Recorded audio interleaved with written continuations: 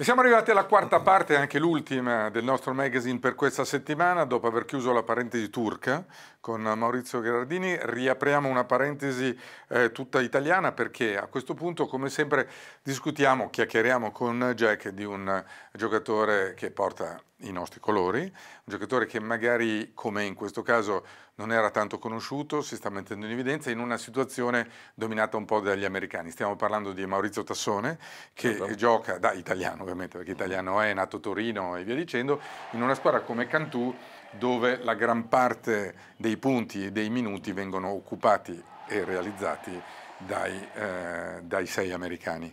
Che sì, poi diciamo che Maurizio si più. è messo in luce soprattutto nella prima parte del campionato, anche se comunque quando viene chiamato in partita sicuramente si fa trovare pronto. Giustamente dici la maggior parte dei palloni passa dalle mani degli americani, però lui è molto bravo a farsi trovare nella posizione giusta, lo vediamo anche nelle immagini, negli angoli, si fa trovare e dà un ottimo tiro che magari velocizzerei un po' la meccanica, però la precisione, insomma, è quello che sta facendo la differenza in questo momento. Ottime percentuali, sta tirando bene, con sicurezza, personalità, e poi appunto si è inserito ottimamente nel gruppo. Figlio del coach, come capita spesso, sono tanti, ad esempio abbiamo parlato di Moretti, figlio di un coach, Della Valle, figlio non di un coach ma figlio d'arte, ci sono tanti giocatori che hanno appunto il DNA, soprattutto in questo caso di un papà che gli ha dato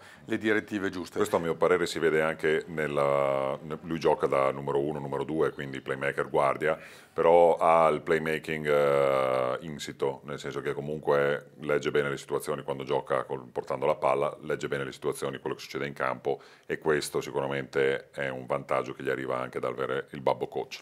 Abbiamo detto che gioca non tantissimo perché la Cantù è tutta basata sugli americani. Quanti punti ha fatto con Milano? Ha fatto un punto, ha giocato 20 minuti. Però ha giocato 20 minuti. Sì, no, gioca poi... bene, soprattutto nella prima fase del campionato, ripeto. Una volta che lasciala parlare.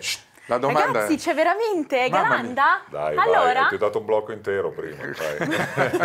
Ti ha dato ormai dirige lui. Ricominciamo. Gaia, quanto ha giocato Tassone contro Milano? Che ha giocato 20 minuti, ma da sottolineare il fatto che questo ragazzo è anche laureato, oltre a giocare a pallacanestro. Quindi anche se non avrà, spero sì, ma tantissime soddisfazioni dal basket, tu dici che una volta no, perché smesso... ho letto una sua intervista in cui lui racconta un po' la sua storia e il padre ha sempre cercato di tenergli i piedi per terra e gli diceva sempre: sei sicuro di voler giocare a pallacanestro e di vivere di pallacanestro? Quasi appunto per renderlo più umile possibile. E lui ci è riuscito comunque. Ma possiamo dire che è un Ferrero più piccolo? Ferrero, che è il giocatore che con Tassone... Sapevo che lo avresti detto. Ferrero, nel senso, quel tipo di giocatore lì è un tiratore da fuori, un lottatore, un fighter, qualche centimetro in meno. Credo che Tassone è 1,95 m più o meno, Ferrero è 2,02, no? 2 metri. Sì, un po' sotto secondo me. Beh, allora non è tanto Rocher, quindi no, siamo però, lì, siamo quasi attaccati. Allora, fisicamente possono essere vicini, però come ruolo diverso. Lui, come dicevo prima, ha più playmaking e comunque conosce le posizioni. Buoni tiratori entrambi. Mi piace molto l'idea del papà che gli continua a dire, insomma, hai voglia di emergere nella pallacanestro, perché comunque il giocatore non deve sentirlo dentro la voglia di diventare giocatore, di emergere. Non deve essere facilissimo, e questo va ascritto ai meriti di Maurizio Tassone, giocare in una squadra dove praticamente sai che il 90, fai anche 97% dei palloni lo gestiscono in 5+1, che è l'americano che entra a turno dalla panchina, e poi nel caso ci sei tu, c'è anche Dalla Rosa, no? Sì, ma fra l'altro pensa che quando lui è arrivato doveva solamente dare una mano alla squadra perché può ricoprire diversi ruoli. Ma poi? E in società pensavano che fosse arrivato Tambone. Invece poi hanno chiamato Caia: ma scusa Caia, ma Tambone dov'è? No, ma è qua in pullman con me. E quindi il giorno dopo si è presentato Tassone. Ferrero Tassone. Oh signor. Però poi gli hanno dato fiducia, lui ha dimostrato di valere e di essere un ragazzo comunque che si impegna tantissimo. Prima ho chiamato, credo, Tassone Ferrero. Abbiamo fatto comunque. Guarda che veramente continua la rubrica chi assomiglia a Ferrero, perché tu devi trovare per forza una somiglianza con Ferrero. Maurizio Tassone, che salutiamo, è un po' il nostro idolo perché sta bravo in panchina, però quando è chiamato all'ordine per forma, per usare un orribile neologismo, alla grande. Dall'altra parte Ferrero aveva questo tipo di situazione, si è trovato in un posto al momento giusto e adesso sta dimostrando. E auguriamo a Maurizio Tassone di fare il meglio possibile e di ripercorrere il percorso di Ferrero. Abbiamo chiarito tutto? Chiarito tutto. Questi ragazzi hanno bisogno di queste opportunità, comunque devono confrontarsi col meglio e qua possono rispondere. Il ragazzo ha dei numeri. Ottimo. A questo punto cosa facciamo? A proposito di numeri, sembra che l'hai fatto apposta. Che tu l'abbia fatto apposta. Niente. Vai. Allora, no, vai, che aspetta. Cosa adesso se vuoi andare anche in regia, tanto inquadrano solo lei, se vuoi schiacciare qualche bottone. Allora, nuova rubrica, inauguriamo ufficialmente questa rubrica che abbiamo intitolato Diamo i numeri. Che cos'è? Non è che siamo impazziti, non è che Jack improvvisamente parla meno e quindi dà più numeri e più sostanza. No, diamo i numeri, o meglio, spieghiamo i numeri dei giocatori del campionato italiano, che significato hanno. Direi di iniziare, ad esempio, col numero 6 in nazionale di Galanda. Perché tu hai 6? Perché il 9 che volevo era preso da Sandrino De Paul, quindi l'ho girato, ho preso il 6. Perfetto. Solitamente invece tipo in Fortitudo avevi? In Fortitudo ho avuto più numeri, l'11 di Dan Gay, ho avuto il 15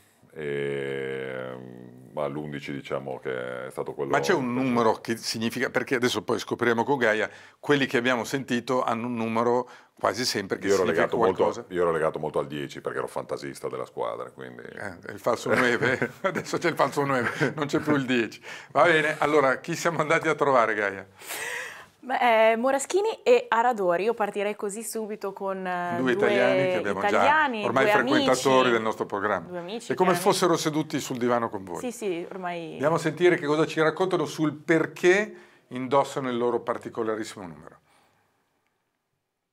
Buongiorno bolognese. Allora, intanto smettila di pubblicare foto al mare nella mia terra perché è scorretto. Ma poi qua ci stavamo chiedendo come mai giochi col numero 9? Per caso il numero di pasticciotti che hai mangiato appena arrivato a Brindisi? Ciao Gaia, chiaramente il numero 9 non è legato al numero di pasticciotti che sto mangiando qui a Brindisi, ma il numero 9 rappresentava il numero di maglia di mio zio quando giocava. Io quando ero piccolino andavo sempre a vederlo giocare e da lì ho continuato col numero 9, mi è sempre piaciuto e ho sempre cercato di averlo in tutte le squadre, quindi ecco perché porto il numero 9. Ciao, a presto! Bene, questo era Moraschini, andiamo subito a vedere Aradori. Moraschini non l'ho mai visto spettinato in vita sua, cioè praticamente ha un gel che Stavolta tiene... non batteva neanche le ciglia. No, zero, sembrava un ologramma. No, veramente, il Morasca anche in partita non gli va via un capello. No, poi gli ho messo un po' di pressione perché gli ho detto, senti, se sei simpatico il mio lavoro è un successo, altrimenti viene fuori una cacata. Gli hai detto così in preparazione? Sì. Povero Morasca. Andiamo con Aradori che secondo me è un pochino più navigato, un po' più scafato. Vediamo. Buongiorno Bomberone, diamo i numeri insieme e spiegaci un po' la storia dei tuoi numeri di maglia.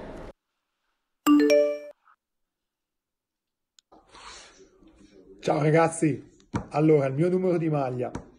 Inizialmente quando ero giovane giocavo col numero 10 in onore del mitico Roberto Baggio che giocava a Brescia. Poi dopo ho cambiato e ho iniziato a giocare col numero 21 fin dalla mia prima esperienza in Serie A con Biella, e in onore di Kevin Garnett, mi piaceva molto come giocatore. E poi ho dovuto cambiare in nazionale un'estate, ho indossato il numero 4 perché nelle competizioni internazionali bisognava scegliere dal 4 al 20, poi questa regola l'hanno tolta, ma in nazionale continuo a mettere il 4 e almeno ho cambiato numero come ha fatto Kobe Bryant per vendere più maglie a livello di merchandising. Ovviamente questo è uno scherzo.